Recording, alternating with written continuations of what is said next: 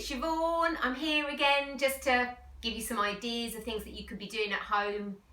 And today I thought I'd talk to you about doing some transient art, or some people call it loose parts. And I've got some ideas of things here that I thought that you might have at home already, or things that you could collect with your children over the next few weeks, even the next few days possibly, and start making some artwork with them. I thought some of the things you might have at home are some plastic lids, this kind of thing.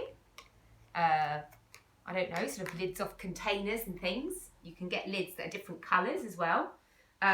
Maybe some corks. I don't know if you've got corks at home, different corks from bottles.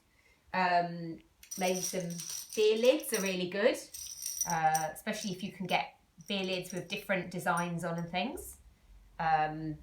They're really good. And then I don't know if any of you have got clothes pegs at home. These are really good for making patterns with. They might be colourful ones, they might just be wooden ones. Some other things that you might want to collect, or that you might already have at home. You might have, I don't know if you've got any spare buttons at home, if you can see this.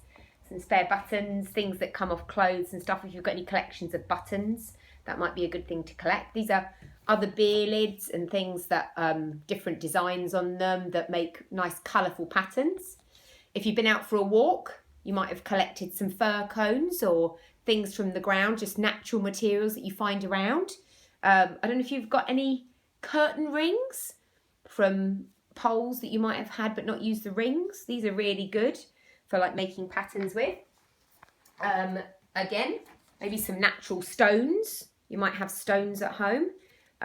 You might have, again, we were talking about plastic lids. We were thinking about different coloured lids from drinks bottles. Corks again, maybe some shells. You might have collected shells if you've gone to the beach. These are really beautiful natural things for making patterns with. Some other things, I thought you might have collected some sticks. Little tiny sticks are quite good, but you might collect some big sticks. You can make a frame with some of the bigger sticks. Clothes pegs again, and some paper clips.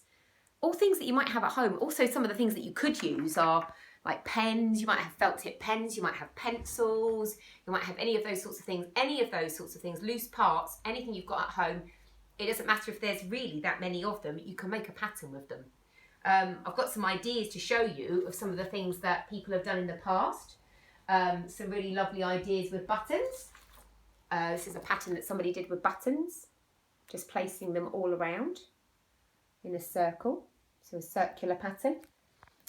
You might have pasta at home. If you've got pasta at home, you might make some beautiful patterns with the pasta. Got some more different kinds of pasta here you might have collected. You might have the twisty fusilli pasta. You might have the tubey pasta.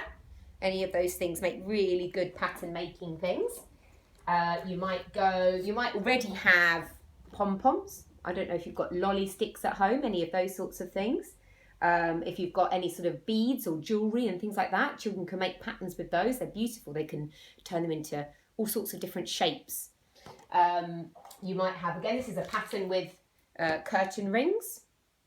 These are little wood chips that we've got at school, but you can use anything, any bits. You can even cut bits of paper out and make them into shapes. And they can be a collection that you use for making a pattern with.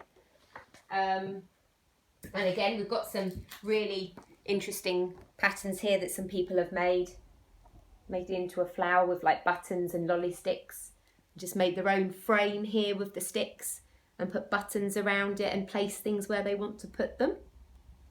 And this is a couple of natural ones where people have been out for a walk and they've collected some really, really beautiful materials just out and about. Some leaves. Maybe this time of the year there might be lots of petals about, rose petals or things that you find on the floor. Some flowers that have fallen off. Probably best not to pick everything, but if you find some leaves that have fallen or some flowers, you could use those to make a pattern. You might have some flowers that you're thinking about throwing away at home. You might want to use those for pattern making.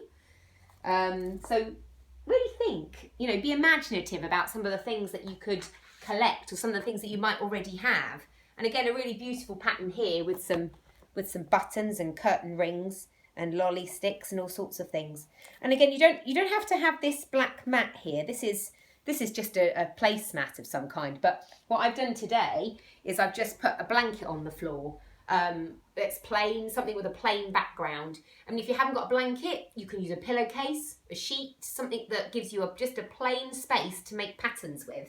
And then you can just start to make your works of art with what you've got. And you can choose to change those things. You can have the same things every day, or you can have a collection of different things. And I just thought I'd just give you an idea. We could just like place some of these lids here. We could put the corks around the edge, make a really lovely pattern. And again, you might think, not sure about that. We'll just take that one out. Don't really like that one. So I'm going to put something different in. I might put that lid in the centre there. Let me think. What can I do next? Maybe I'll put this in here. Do this. Maybe I could put some pegs around there. Add some pegs in. Place them in different places. And children will amaze you. The things that they come up with are just absolutely fantastic. They are so creative, and I have got a whole collection of patterns that the children have made with their imagination and their just beautiful creativity.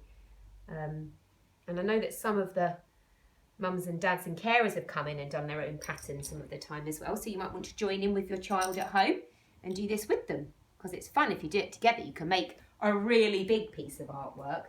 It doesn't have to be small. It can be tiny if you want it to be, but it can be as big as you want it to be. And you can just keep adding, and you can just keep changing all the time what you've got there.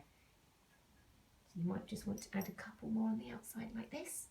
And then you might think, and if you can, if you've got the means to do it, take a photograph of it. It's always good to photograph these things and keep them so that you can remember what you did, which is how I've managed to collect all of these beautiful things. This is another little collection of things, collection of patterns that the children have made at school. They're amazing. This is with ribbons and buttons. We've got beads and things here, bits of material, beer lids, and some buttons again, and little stones. So have a think, be creative, see what you've got at home, and have a go. I look forward to seeing the results. Maybe if you do want to send some of those ideas in, you could email them into school and we could put them in our newsletter, and that'd be great to see how creative you're getting. All right, I'll be back later with some other ideas. Bye!